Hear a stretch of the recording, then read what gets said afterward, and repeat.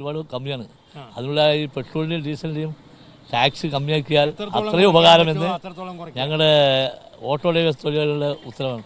പക്ഷെ അത് നമ്മുടെ മന്ത്രി ആ പേപ്പർ സാധനങ്ങളും മറ്റുള്ള സാധനങ്ങൾക്കൊക്കെ വില കൂടുതലാണ്. സാധനങ്ങളുടെ വിലയൊക്കെ കുറയ്ക്കുക, പിന്നെ ക്ഷേമ പെൻഷൻ കറക്റ്റായിട്ട് കൊടുക്കുക. സാധാരണക്കാർക്ക് വേണ്ടിയിലൊക്കെ നികുതി കുറച്ചിട്ട് ഒരു ചിലപ്പോൾ ബഡ്ജറ്റ് ആയിരിക്കണം ആഗ്രഹിക്കണം. ഈ ടാക്സ് കുറഞ്ഞാൽ തന്നെ ജനങ്ങൾക്കൊരു ഫ്രണ്ട്ലി ബഡ്ജറ്റ് ആവും.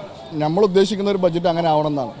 സാധാരണപ്പെട്ടവർക്ക് ജീവിക്കാൻ പറ്റിയ പോലത്തെ ബഡ്ജറ്റ് ആയിരിക്കണം ഈ ബഡ്ജറ്റ്. കുറയും തന്നെ പ്രതീക്ഷിക്കണം. അങ്ങനത്തെ ഒരു ബഡ്ജറ്റിനായിരിക്കും നാളെ ഉണ്ടാവുമെന്ന് പ്രതീക്ഷിക്കണം. അത് പാവങ്ങൾക്ക് വേണ്ടിയിട്ടുള്ള ബഡ്ജറ്റ് ആയിരിക്കണം. കമ്മിയാക്കണം. ജീവിത നിലവാരത്തിൽ എന്താ വേണ്ടത് അതെല്ലാം കമ്മിയാക്കണം. ജീവിത നിലവാരത്തിൽ എന്താ വേണ്ടത്? ഇപ്പം സ്റ്റോറുകളിൽ ഒന്നുമില്ല, പാവങ്ങൾക്ക് ഒന്നും കിട്ടാനില്ല. മുൻപ് മണ്ണുണ്ട്, പഞ്ചസാരണ്ട്, എല്ലാം ഇല്ല. അതേസമയം തമിഴ്നാട്ടിലൊന്ന് പോയി നോക്കിയാൽ എല്ലാം അവിടുത്തെ സ്റ്റോറിൽ കിട്ടുന്നുണ്ട്. എന്തെല്ലാം വേണം എല്ലാം ഉണ്ട്. 20 ഉറുപ്പ്യ ഉള്ളൂ പരിപ്പിന്. അതുമാതിരി ഓയിലുകൾ 20 ഉറുപ്പ്യ ഉള്ളൂ. പഞ്ചസാര, അരികൾ ഫ്രീ, എല്ലാം ഉണ്ട്. അത് കേരളത്തിൽ എന്താ നടപ്പാക്കുന്നത്?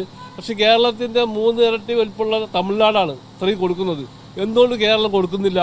ബഡ്ജറ്റ് ഉണ്ടാക്കിയിട്ട് എന്ത് കാര്യം? ഞങ്ങൾക്ക് ചോറ് വെക്കാൻ അരിയില്ല, റേഷൻ കാർഡിൽ നിന്ന് ശരിക്കും അരിയില്ല.